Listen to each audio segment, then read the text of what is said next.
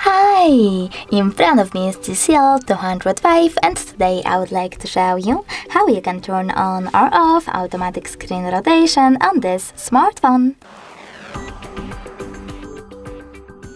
You need to begin by exiting Tab menu and looking for Autorotate shortcut. When you find it, click on it.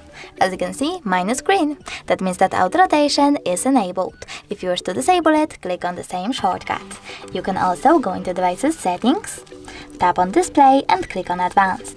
Then scroll down and tap on this switcher next to Autorotate screen. If it's green, that means that Autorotation is on. You can turn it off by choosing this same switcher.